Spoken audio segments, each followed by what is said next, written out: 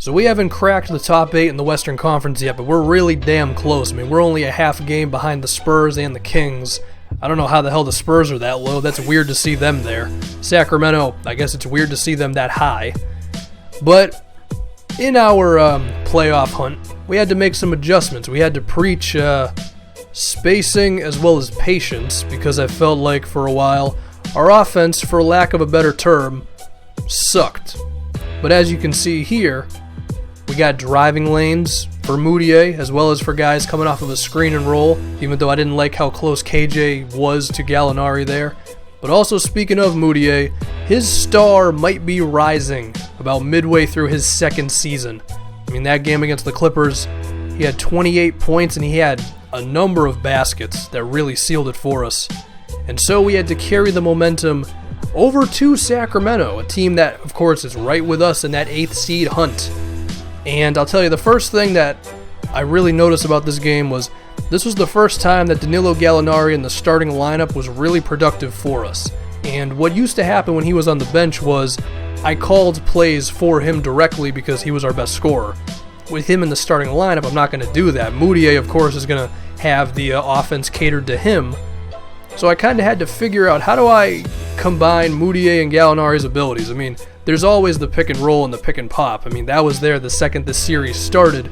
But I do think with us going for a more slightly slowed down style, at least in the half court, and just being a little more patient, you can find that you can see Gallinari has ways to just get open, and he can hit some damn three-pointers. Speaking of three-pointers, what I didn't show in the Clippers game was Justin Anderson, who has recently been hitting his shots and continued against the Clippers.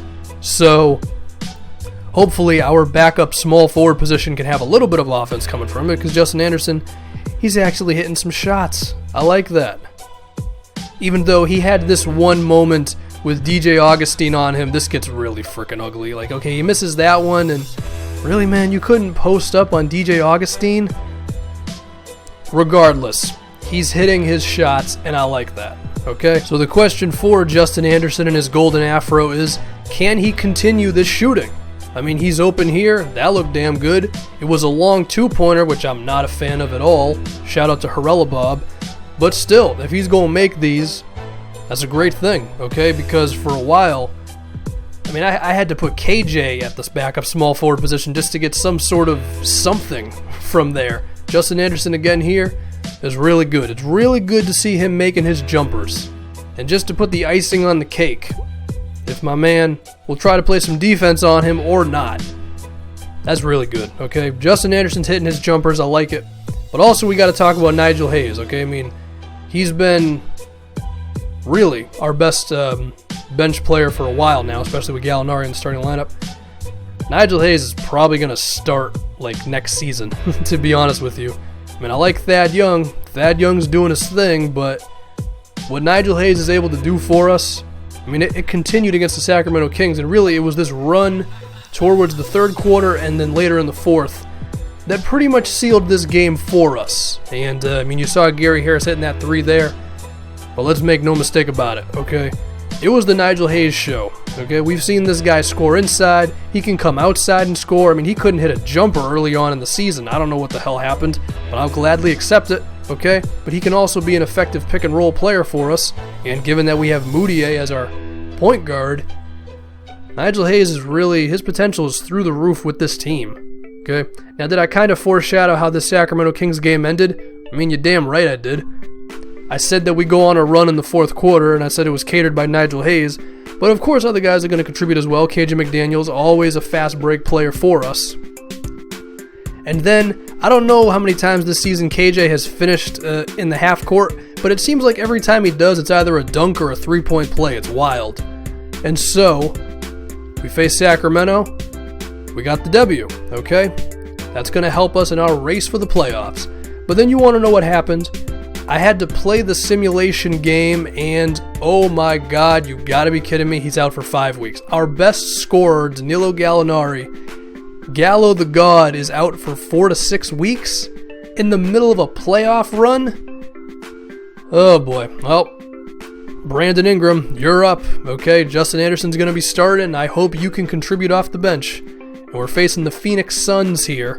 And the question is, how good can we be offensively without Gallo? Well, that was not a good start at all from Thad Young. That's okay. I mean, that's just one possession. We're all right. Thad Young's got another opportunity for me here. You gotta be frickin' kidding me, dude. How you gonna miss that bunny? And then Wesley Matthews, well, that was a hell of a shot. I gotta give it to him. Now, of course, Emmanuel Mudiay, he's always gonna be ready to keep us in the game, do whatever he's gotta do. But goddamn three-pointers. I mean, that was some bad defense by us there. Me included. We probably could have switched that. Mudiay's a pretty tall point guard. And then the pass here, oh, this is an ugly possession. This is exactly what I didn't want to keep happening, which was our offense just getting really damn ugly. Okay, it's like Eric Spoelstra and the Miami Heat in real life right now. And so down 5, I'm already thinking, okay, come on guys, this isn't good. Thad Young, you got a shot here. Brandon Bass just rejects him and then catches the ball behind his head. That's some impressive CPU cheese by Brandon Bass right there. Not the block, but the way he still had the ball. And another damn three-pointer. Am I facing the Suns or the Golden State Warriors right now?